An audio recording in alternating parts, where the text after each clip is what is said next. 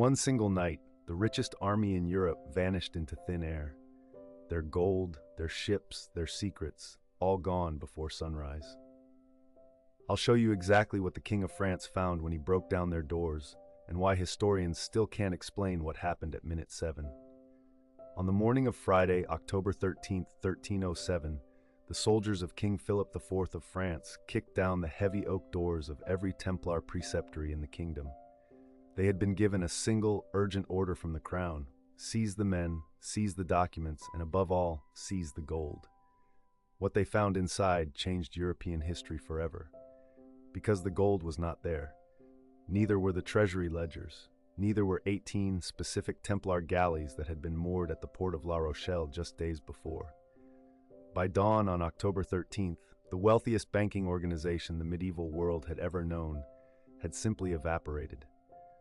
To understand what was stolen that night, we have to understand what the Knights Templar had become. Founded in 1119 by a French knight named Hugh de Payens, the order began with just 9 men, sworn to protect Christian pilgrims traveling to Jerusalem. Within 2 centuries, those 9 men had multiplied into an international corporation. They owned over 9,000 estates across Europe. They held land from the cold cliffs of Scotland to the deserts of Castile. They invented the modern letter of credit, allowing a pilgrim to deposit gold in London and withdraw it in Acre, 2,000 miles away. They financed kings. They bankrolled the Crusades.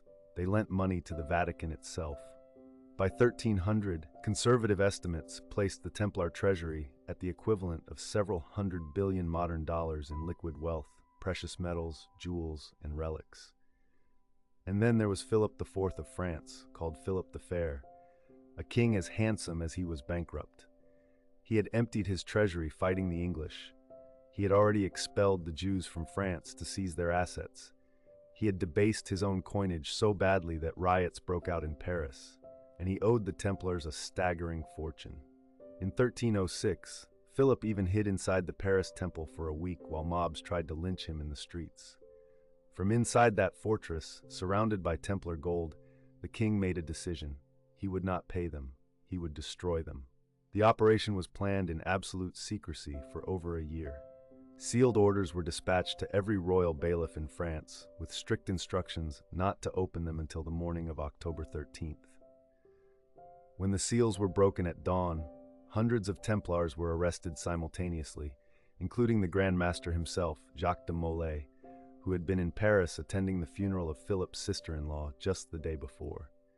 The charges were grotesque: heresy, idol worship, denying Christ, spitting on the cross, obscene initiation rites involving a mysterious bearded head called Baphomet. Under torture, confessions poured out. Knights were burned at the stake. The order was officially dissolved by Pope Clement V in 1312. But here is where the official story breaks apart. When royal officials entered the Paris temple, the central treasury of the entire order, the vaults were empty. The famous Templar fleet, anchored at La Rochelle on the Atlantic coast, was simply gone. 18 ships, according to surviving port records, had set sail under cover of darkness sometime between October 12th and October 13th.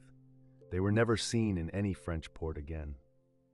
Philip the Fair, the architect of the most ruthless asset seizure in medieval history, ended his life still in debt.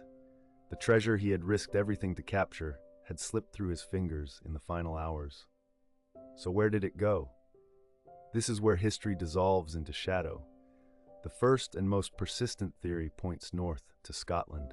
King Robert the Bruce had been excommunicated by the Pope, which meant papal orders to arrest Templars did not apply in his kingdom. Some chroniclers, writing centuries later, claimed that Templar knights fought alongside Bruce at the Battle of Bannockburn in 1314, turning the tide against the English. Researchers have pointed to strange carvings inside Rosslyn Chapel, built by the Sinclair family in the 1400s, carvings that appear to show Templar crosses, exotic plants from the New World, and coded geometric patterns. Was Templar gold buried beneath Rosslyn? Excavations have been blocked for centuries, and the lower vaults remain sealed to this day. The second theory crosses the Atlantic. A controversial reading of the records suggests that the Templar fleet sailed west, not north.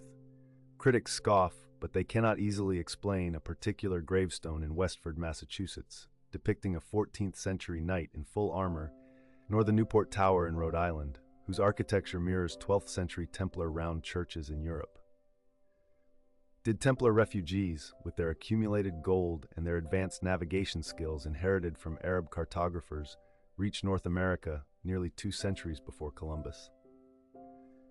The third theory stays much closer to home. In Portugal, King Dinis simply refused to dissolve the local Templars. He rebranded them.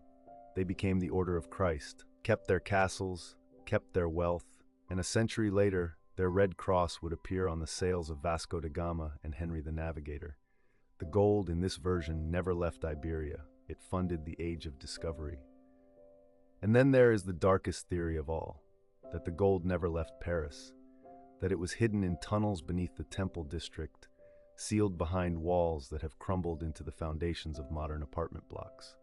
In 2017, French archaeologists working on an unrelated metro extension reported encountering medieval stonework they could not identify.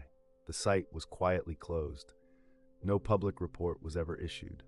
On March 18, 1314, Jacques de Molay, the last Grand Master, was led onto a wooden platform on the Ile de la Cité in Paris. As the flames rose, he is said to have cursed Philip the Fair and Pope Clement V, summoning them both to face God's judgment within the year. Pope Clement died of a sudden illness in April. Philip the Fair died in a hunting accident in November. Both were dead within 8 months.